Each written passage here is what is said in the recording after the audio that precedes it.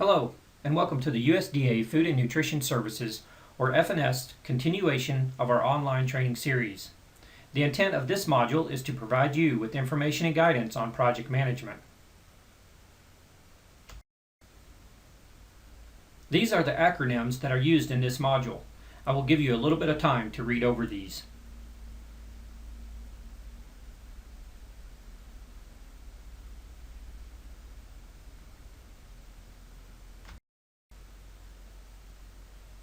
The information provided in this module come from the experiences and knowledge of the State Systems Office staff and the following references: F&S Handbook 901, the Project Management Institute, the New York State Project Management Guidebook, Release 2, and the North Dakota Information Technology Department, which has a guidebook with multiple templates and tools for managing information systems projects. This presentation is part of a multi-part series covering the entire advanced planning document process. This session on project management will make the most sense after completion of all other sessions of the APD process. There is information at the end of this presentation on how to contact us if you need more information or assistance. In the other APD training modules, the focus was on the process and how to gain approval for your project. There is one very important piece that brings a PAPD or IAPD to a successful end, and that is good, solid project management. There is no way we can teach you project management in such a short session. What we want to do is provide you with some basic guidance on project management. We hope that you will find it useful. At the end of this module, you will be able to define a project, identify project management lifecycle stages, differentiate between SDLC methods, define project management, name the triple constraints, describe general project management skills, and identify PM's 10 knowledge areas. In order to better understand project management, we need to understand what a project is. The Project Management Institute defines a project as a temporary group activity designed to produce a unique product, service, or result. A project is temporary in that it has a defined beginning and end in time, and therefore defined scope and resources. A project is unique in that it is not a routine operation, but a specific set of operations designed to accomplish a singular goal. If you think of a deliverable as a product, process, or a service, then any deliverable will have a life cycle. A life cycle is the stages from start to finish. You may have heard the term cradle to grave. This is a life cycle. Depending on the source, the project management life cycle will typically be broken out into 4 or 5 phases. For our purposes, we will use these 5 phases: project origination, project initiation, project planning, project execution and control, and project closure. So let's start with project origination. There are a few things that have to occur as part of the project origination. First, an individual, group, branch, or department proposes a project with the intent of solving a problem or addressing a need within an organization. At this point, the proposal goes through an evaluation or selection process as determined by the organization. If selected as a viable project, a management or budget commitment may be required. There could be a time delay at this point, so a project manager may not be assigned until the management and/or budget commitment is made. Once the management and/or budget commitment is made, then a project manager and project team can be assigned. The project sponsor is identified, and the project manager and team will create the charter and have a project kickoff meeting. The PM and team then define the project scope, the preliminary budget, a high-level schedule, and the initial quality standards. Initial risk identification is done to identify and document any risks that may be associated with the project.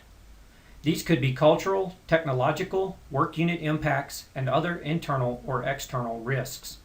The development of the initial project plan is done to identify all stakeholders and their involvement and develop the communication process for the project. The final step of the project initiation phase is to confirm approval from the project sponsor to proceed to the next phase.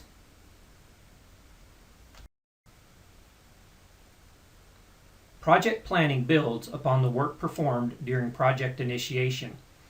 A project planning kickoff meeting is held to orient new team members and review the current status of the project. The cost, scope, schedule, and quality components are refined to reflect any additional information about the project. A risk assessment is performed to evaluate the identified risks and develop a plan to respond to each risk. The project plan is refined and prepared to be utilized in project execution and control. Once the project manager refines the business case and resources to move forward to the next phase, it is provided to the project sponsor for review and approval to proceed. During project execution and control is where the development takes place. Typically, this is the longest phase of the project and where most resources are applied. The kickoff meeting is held to formally begin this phase, to orient any new team members and review the current status of the project.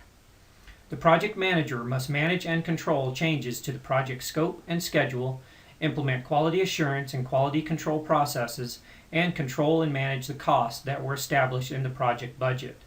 The project manager and team utilized the risk management plan to monitor and control risks, and also develop any response and resolution to any new risks.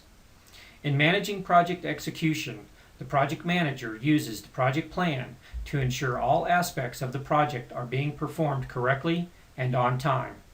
In the GAIN project acceptance phase, this is where the project manager, customers, stakeholders, and project sponsor acknowledge that the deliverable has been completed, tested, accepted, and approved. This is also where it is confirmed that the project has successfully transitioned to the organization.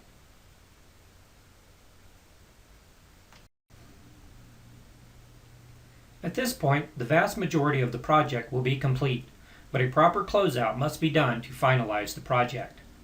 Project closeout consists of conducting a post-implementation review and performing the administrative closeout. The post-implementation review is where the project manager assesses the results of the project by getting feedback from team members, customers, and other stakeholders. From this feedback, lessons learned, best practices, and performance patterns can be identified. The results can then be organized and shared through a post-implementation report. During the administrative closeout is where the project manager formally closes the project by providing performance feedback to team members and archiving all of the project information.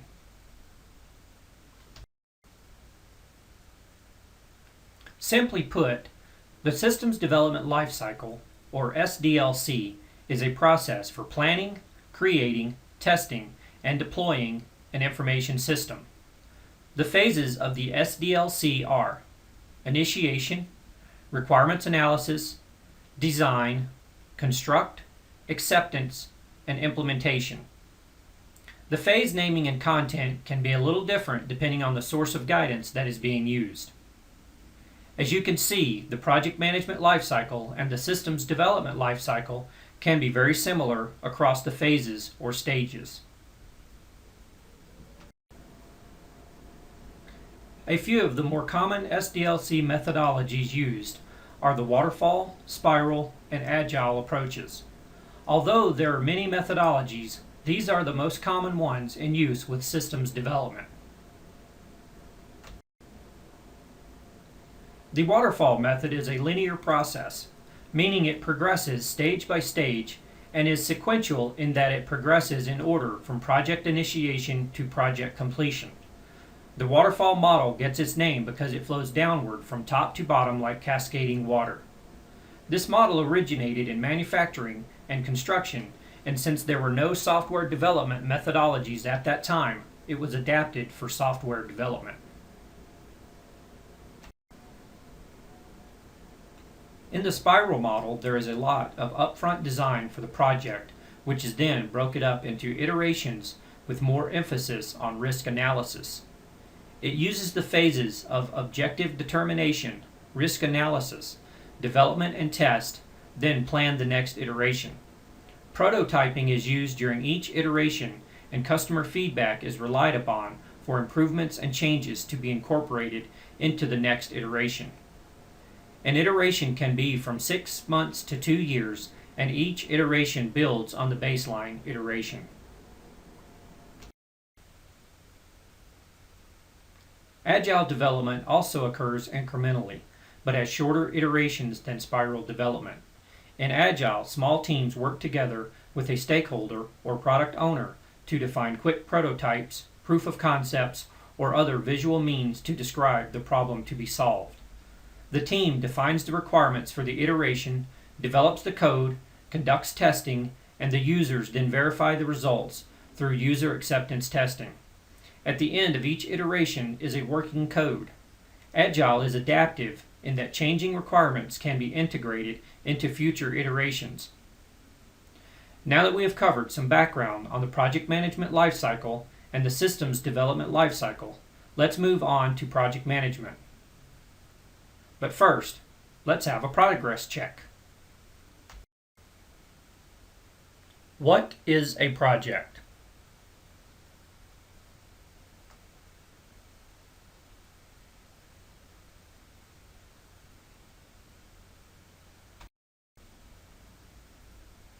A project is a temporary group activity designed to produce a unique product, service, or result. Which of the following is not a project management lifecycle stage?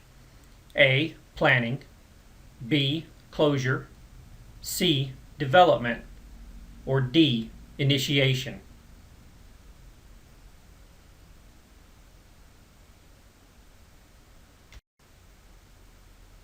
C is the correct answer. Development is not a PM lifecycle stage. The PM lifecycle stages are origination, initiation, planning, execution and control, and closure. Which of the SDLC methods is linear and sequential? A. Agile. B. Spiral. C. Waterfall. Or D. None of the above.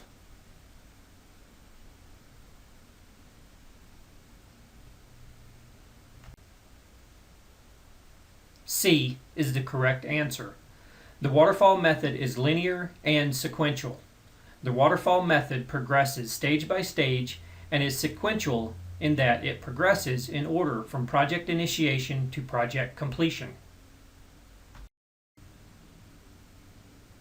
Agile and Spiral both use incremental development, but Agile has shorter iterations. True or false?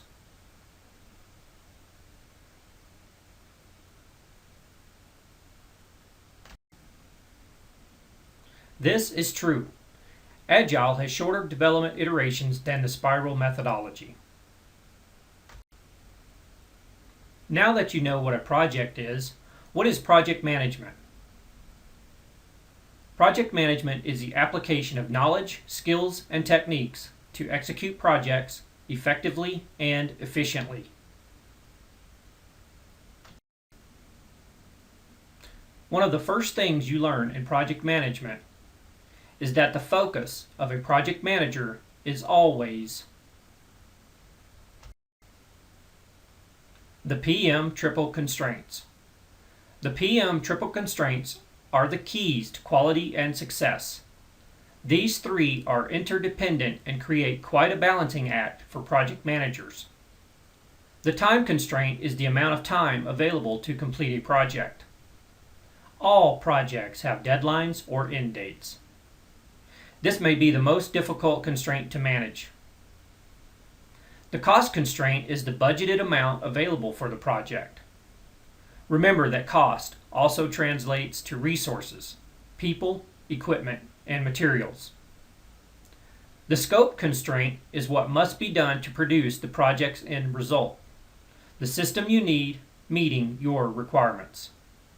These three constraints are often competing constraints because increased scope typically means increased time and increased cost.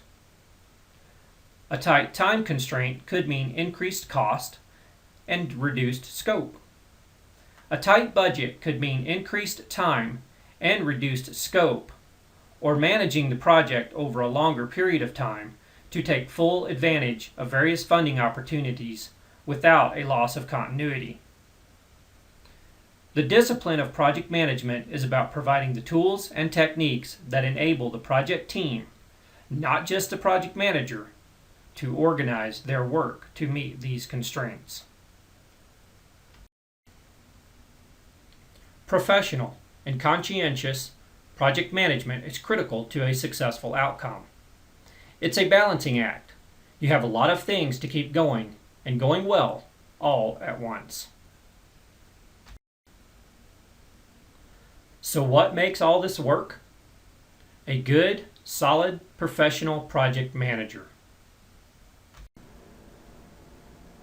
The PM doesn't have to be an expert in the application area, but they do need to understand the application area, the standards required, and the regulations that apply, which include functional, technical, financial, and procurement. The PM should understand the project environment. What are the cultural, social, and political characteristics you are dealing with? There are big differences between SNAP and WIC, and even more between government and private industry. Educate yourself, listen, and try to understand. Be organized and detail-oriented. It is important to always know the current status of the project and where to find information if needed. This will create more efficiency throughout the project. A project manager has to lead and manage. The PM and team should be empowered, have authority, and be responsible and accountable for the completion of the project. The PM must be able to communicate effectively. This includes written, oral, and presentation skills. The PM is the go-to person on the project and will have to communicate with the project sponsor, stakeholders, team members, or others that have an interest in the project. Effective communication skills are essential to relaying good, solid information about the project. The PM needs to be able to identify and solve problems quickly. Being able to identify and navigate through the issues and obstacles effectively will help prevent unnecessary delays and will help solidify the project manager's effectiveness. There will often be competing interests or people who don't fully understand what is trying to be accomplished. Being a good negotiator will help bring those around who don't understand and will also help to build those relationships with those who may be opposed or not in agreement with the project goals. Being the project manager is a highly visible position for the duration of the project. The PM needs to be seen, heard, and understood. In addition to other skills covered, the PM should also be a good listener and always interact with others with diplomacy and respect. The 10 project management knowledge areas contain the processes that need to be accomplished within its discipline in order to achieve effective project management. These are based on the Project Management Body of Knowledge 5th edition. I will briefly describe the knowledge areas. More information on each of these can be found on the Project Management Institute website or by an internet search. Project integration management includes the processes and activities needed to identify, define, combine, unify, and coordinate the various processes and project management activities within the project management process groups. Project scope management includes the processes required to ensure that the project includes all the work required and only the work required to complete the project successfully. If you remember, scope is one of the triple constraints that must be managed effectively to keep the project within the defined requirements. Let's spend a little bit of time here. So, what is scope creep? Scope creep occurs when additional requirements, sometimes minor, are identified and added to the project. Over time, these collectively may result in scope change and cause cost and schedule overruns. It is often not recognized because it happens when everyone is agreeing. Always delineate between requirements and enhancements. You will need buy-in from all of the stakeholders to add enhancements. Stop and ask these questions. Is it a must? Can the customer or user do the job without it? Does it contribute to the viability of the system? Does it add value as a feature or function to the system? Is it worth the additional cost? A change control process that involves all of your stakeholders is needed. This is so you know you have their buy-in, particularly if the change significantly impacts the budget or timeline. Project time management includes the processes required to manage the timely completion of the project. This would include the schedule management plan that establishes the policies, procedures, and documentation for planning, developing, managing, executing, and controlling the project schedule. Remember, time is also one of the triple constraints. Also keep in mind that changes to the project schedule could also impact the budget. Project cost management includes the processes involved in planning, estimating, budgeting, financing, funding, managing, and controlling costs so that the project can be completed within the approved budget. Cost is also one of the triple constraints. The project manager must keep effective control of the budget. For example, a budget overrun may make it necessary to cut back on product features, or it may mean that extra time will have to be added to the schedule because fewer resources will be available for completing the required work.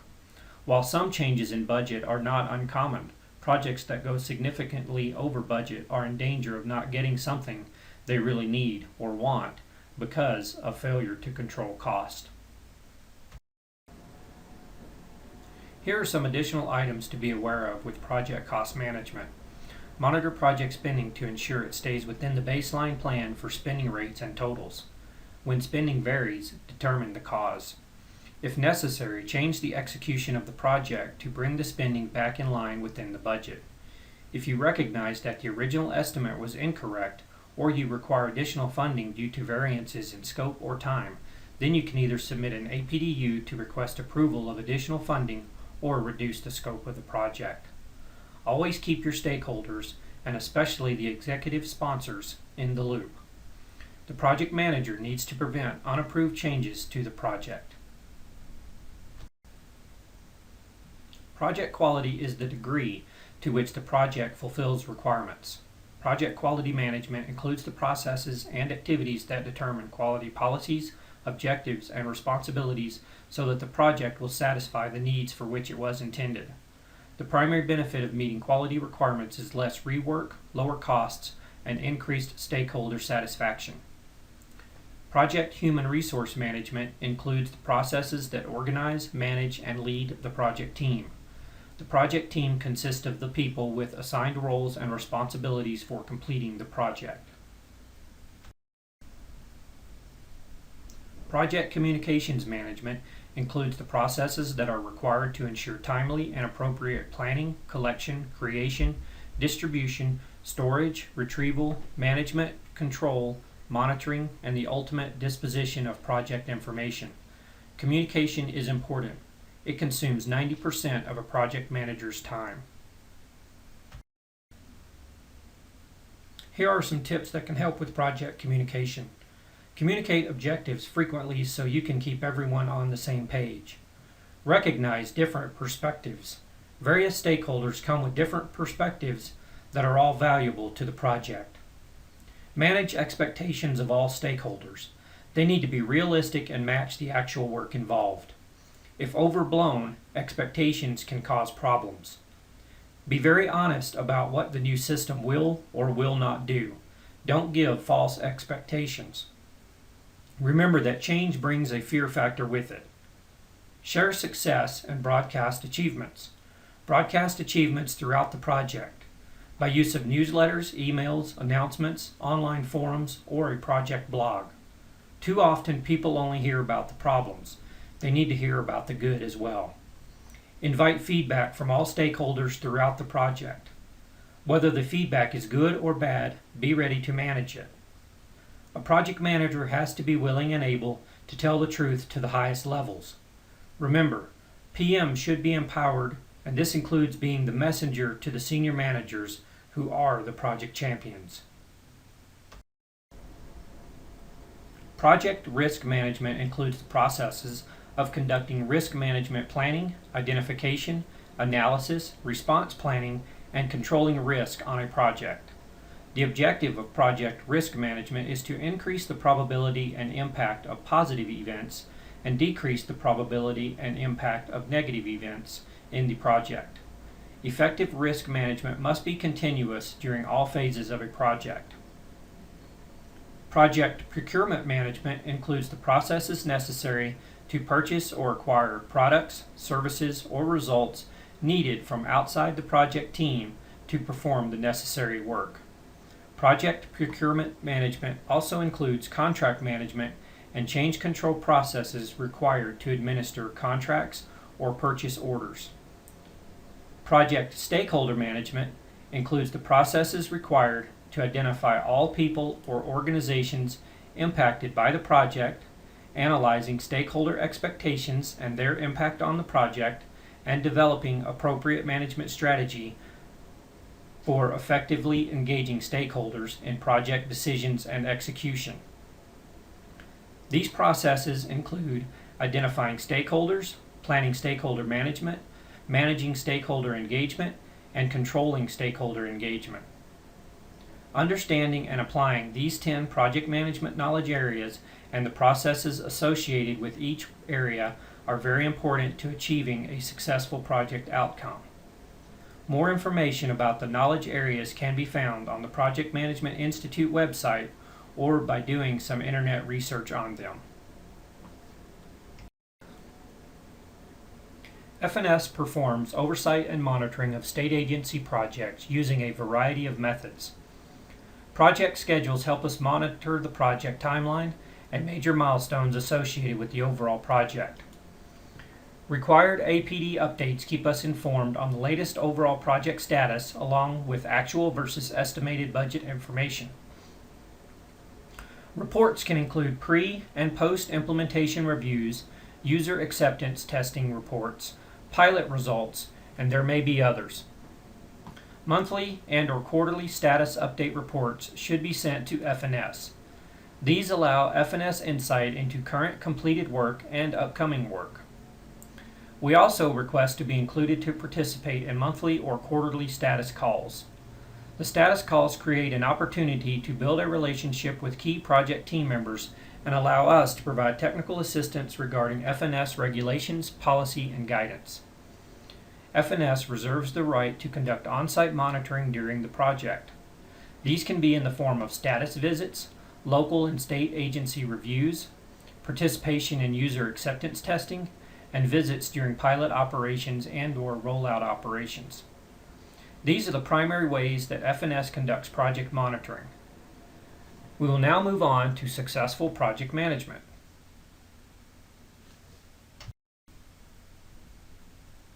These keys to successful project management are based on the experience of F&S and research in the PM field. To start, the PM should ensure that there is strong, committed executive management support. You need senior leadership buy-in throughout the project to ensure that you get the support needed to carry out the project goals. Connect the business goals to information technology. IT must be used to support reaching those business goals through making processes and procedures more efficient and effective. In no way should IT make reaching goals more cumbersome or burdensome. Communicate objectives frequently.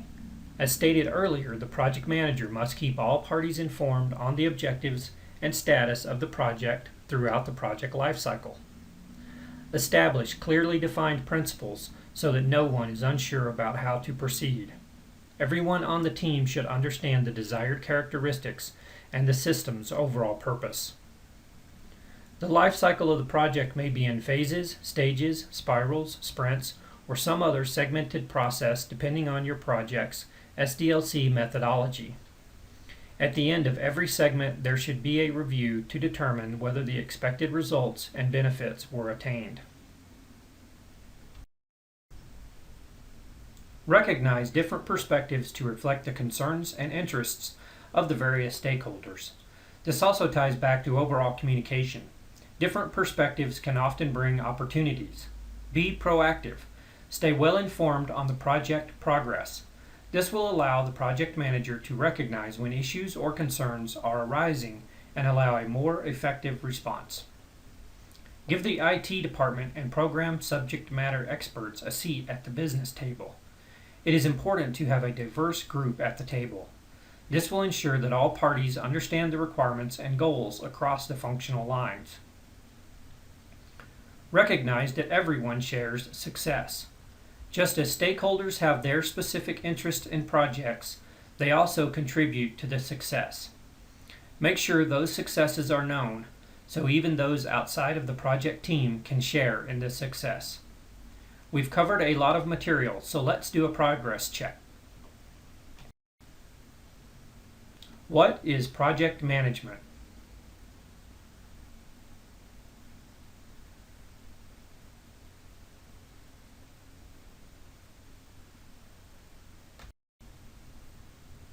Project management is the application of knowledge, skills, and techniques to execute projects effectively and efficiently. What are the project management triple constraints?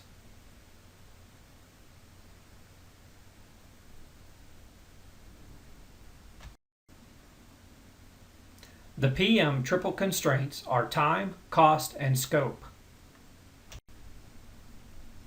Name some of the general PM skills.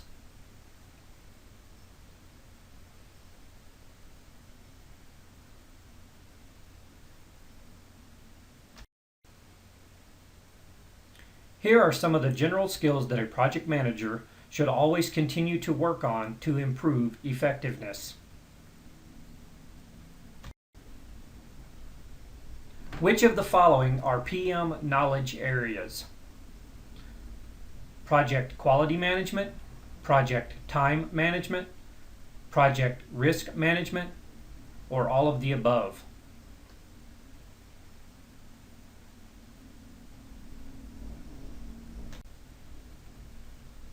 All of these are part of the 10 PM knowledge areas.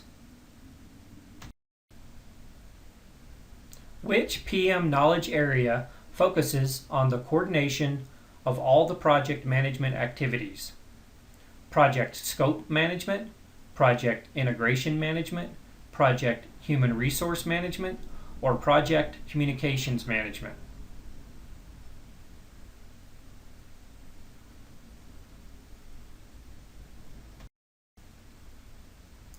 Project integration management includes the processes and activities needed to identify, define, combine, unify, and coordinate the various processes and project management activities within the project management process groups. Here's a review of the topics that were covered in this module. We covered the definition of the project and the project management lifecycle stages. I covered the most common SDLC methodologies for software development, defined project management, named and discussed the triple constraints, described general project management skills, and identified PM's 10 knowledge areas. We have now finished the module objectives, so I'm going to end with some final tips and reminders. Remember, successful project management is delivering a quality product that meets the customer's requirements within time, scope, and budget. A good project team can be the key to a successful project. Draw on all areas of expertise. You need a wide array of subject matter experts on your team. Good teamwork makes the project manager look good and the project successful. As a reminder, please submit APDUs timely. An annual APDU is due 60 days prior to the anniversary of the initial PAPD or IAPD approval date.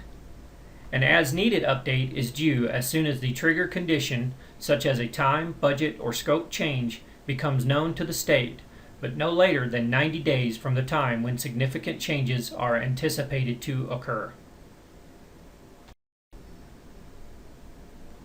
This is the final and possibly the most important reminder for state agencies. By not obtaining federal prior approval, it may cost the state funding that may have been approved if submitted in advance. We do not normally approve retroactive submissions. Make sure you don't jeopardize the possibility of funding by not getting prior approval.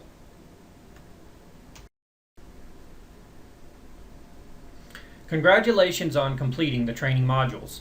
If you have missed any modules, please make sure you view these as soon as you can. Thank you, and please contact us if you need more information or assistance.